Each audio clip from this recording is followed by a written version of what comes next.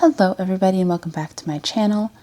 So I have been on YouTube for maybe 3 months now. I think I started in October and I have not done an introduction video at all. So for today's video, I thought I would do the Booktube Newbie Tag. First off, if you're new here, my name is Kay. I am 25 years old and I have been reading for basically my entire life. I love reading. I've been an avid reader pretty much my whole life.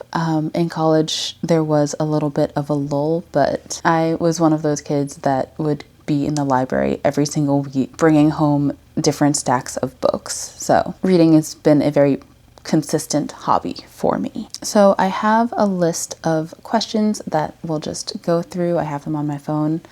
I didn't think of any of these answers beforehand, so just gonna wing it and see what comes up. Let's just get started. So question 1 is, why did you start this channel? I started this channel mainly with the hopes of finding a community of people to talk to about books. I don't have a ton of readers around me, and the people I do know who read don't really overlap in book tastes, so it's hard to find people to talk to about the books that I've been reading and get thoughts and opinions about different books. Like, my partner is not a huge reader, but he lets me rant about books and just tell him everything that's going on, which I greatly appreciate, but sometimes I want someone who can kind of respond back and give me their own opinions or tell me beforehand whether or not I would like a book. One of my other reasons for starting this is because I struggle with putting my opinions to words, at least like out loud. I'm pretty good at like writing my thoughts down, but I'm not very good at speaking them. And I thought that starting a YouTube channel would really give me the opportunity to practice speaking more, get more comfortable saying what I think, and just practice becoming more articulate. I feel like even in just the last 3 months, I have already seen a difference in how comfortably I can speak my thoughts and translate my thoughts into words. So I think it's definitely improving, and hopefully as that ability improves, these videos get better. The next question is, what are some unique things you can bring? I'm not sure if I have anything unique, to be fully honest. I'm not sure if there's anything truly unique to bring to Booktube. The book social medias are flooded with people. I honestly think it's kind of hard to find something completely unique to bring. It's more so, at least for me, just finding people whose videos are comforting and I just enjoy watching. So I'm not really sure about unique things yet. We'll see if something creative sparks, but things that I would like to get into on this channel, I want to do videos that are series dedicated, whether that's recapping plots, doing binging series, reading vlogs. I want to give complete and honest reviews, especially for books that are not going viral on Book Talk or Booktube. I want to participate in different readathons and reading challenges. Eventually, I think it would be really cool to create my own reading challenge. But yeah, so those are just some things that I'm thinking about doing. I'm not really sure how much of it will stick, to be honest, but I guess you just have to stay tuned and we'll find out together. The next question is, why do I love reading? I love reading specifically because I use it as an escape. I like learning about other people's point of views. Why do I always say that wrong, even though I know how it goes? I like learning from other people's points of view. I like seeing the world from different perspectives. I appreciate the creativity and talent that authors have to create completely new worlds and new stories. Sometimes I like it for the mental challenge that it gives my brain. other times I don't want that mental challenge at all, and I just use it to... Is it too dark to say I use it to feel something? I don't know, but it's true. If I feel emotionally stagnant, I find that books are very comforting and are very good at evoking emotion. I like using books to escape the mundaneness, if that's the right word, a word at all, of everyday life, of adult life. Okay. Next question is, when did I start reading? Like I said at the beginning of the video, I have been reading ever since I was a kid. I can't remember when exactly I started reading, but I know that as early as elementary school, my family and I were in the library, in our public library, every single week, picking out books.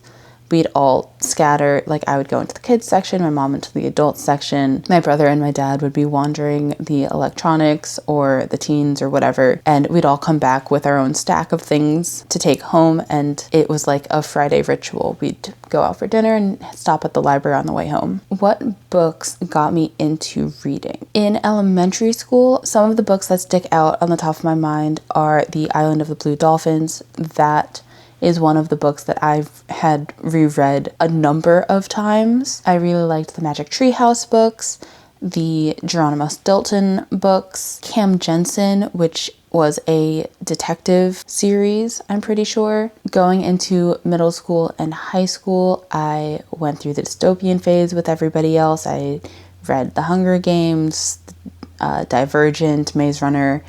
I really liked the Iron Fey series. It's sitting in this shelf back here somewhere. There are so many different books that I've read throughout the course of my life. And then in college, I took a little bit of a break just because I didn't have the time or mental capacity to be reading as frequently as I did. But then once I graduated college, moved for my job, reading came back in full swing and has evolved to the collection that you see right now. So what do I like to read? I always say that fantasy is one of my favorite genres, but I'm not really sure that's true anymore. I think I tend to like general fiction the most, like contemporary general fiction. I'm not really sure. Like, I think the top 3 genres I read the most are fantasy, romance, and general fiction. But I'm not entirely sure that I would say that fantasy or romance are my favorite genres. I kind of think that I've read so many of those because that's what I see talked about the most online, especially recently. My favorite books are the ones that can get me to think, the ones that have lasting impressions, the ones that can get me to feel.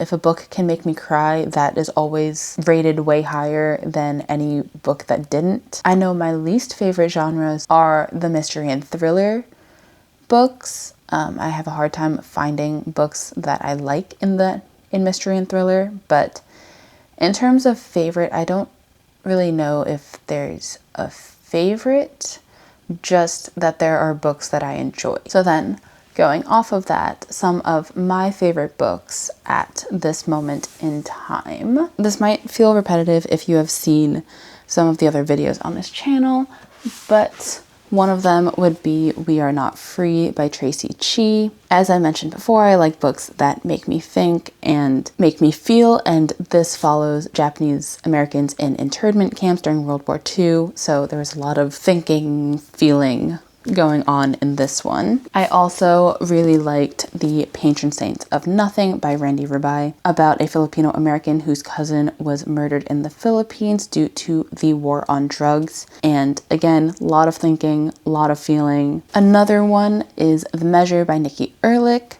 This is a speculative fiction about a world where everybody wakes up to a package on their doorstep that is a string length that shows how long you are going to live. And then also Maybe in Another Life by Taylor Jenkins Reid. This is a dual timeline book where you follow 2 alternate universes that split at one decision and kind of see where this girl's life leads depending on what decision she makes in a bar one night. All 4 of these take place in the real world. They all kind of fall into the general fiction genre, but all of them made me think, made me feel like I felt very immersed in these books, and I just had a really good time reading these. The next question is, where do I read? I think mostly I read at night right before bed, but I am the type of person who constantly has a book on her.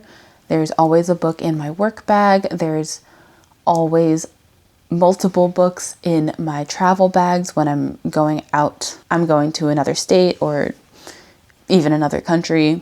Yeah, it is very rare that I don't have a book on me, but I think my most consistent time for reading is in bed right before I go to sleep. I've also started listening to nonfiction audiobooks on my commute to work. So in the car to and from work has also become a very frequent time for me to read. The next question is, what does my book collection look like? I am sitting in front of my book collection. This is the only bookshelf I have in my apartment, mainly because I know that this apartment is temporary. I don't plan to stay here too long, and so I haven't wanted to buy another bookshelf, a bigger bookshelf for all of my books, because the more bookshelves that I buy, the more I have to deal with when I eventually move out of this apartment, and I cannot be bothered. So in total, I have 332 books.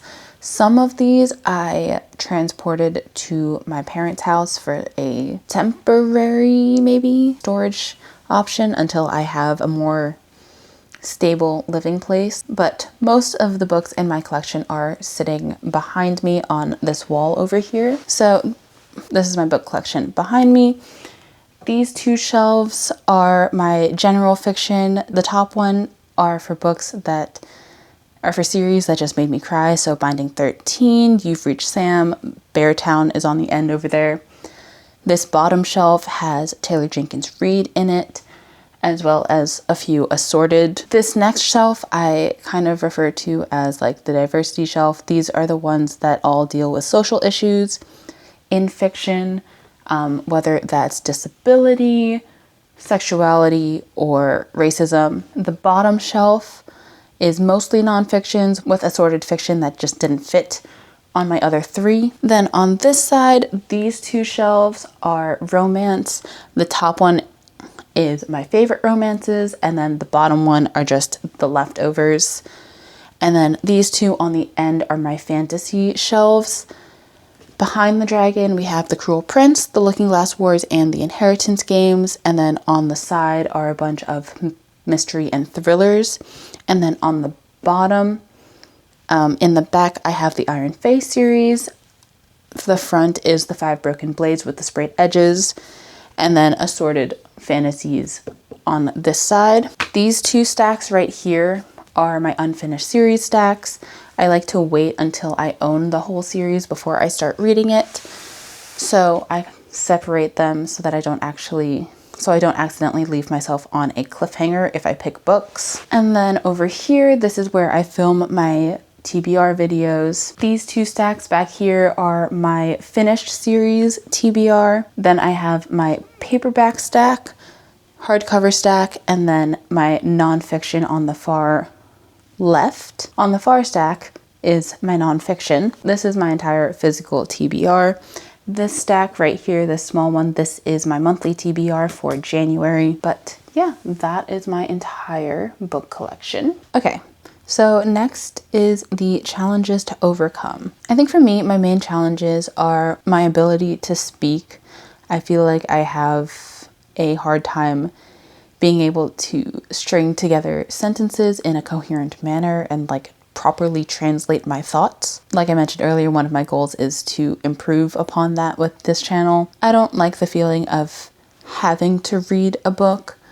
It makes it feel like homework and I don't really want to read it. So I'm looking for a way to balance that while still having my videos planned out so that I'm not doing things last minute, because I am a chronic procrastinator. And then I think the third challenge that I have is finding a way to balance this channel with also the rest of the things going on in my life, because I like to travel a lot. I bounce between states. I am constantly going places, constantly making plans with people. And so I want to be able to stay consistent with this channel while still being able to balance all of the hobbies that I have outside of reading. And then the final question is more of a personal thing. My channel name, I named this channel Kayisbooktrotting as kind of a play on globetrotting, because I really like to travel, but I like traveling through books and into different worlds through reading. Ideally, I want to start vlogging my travels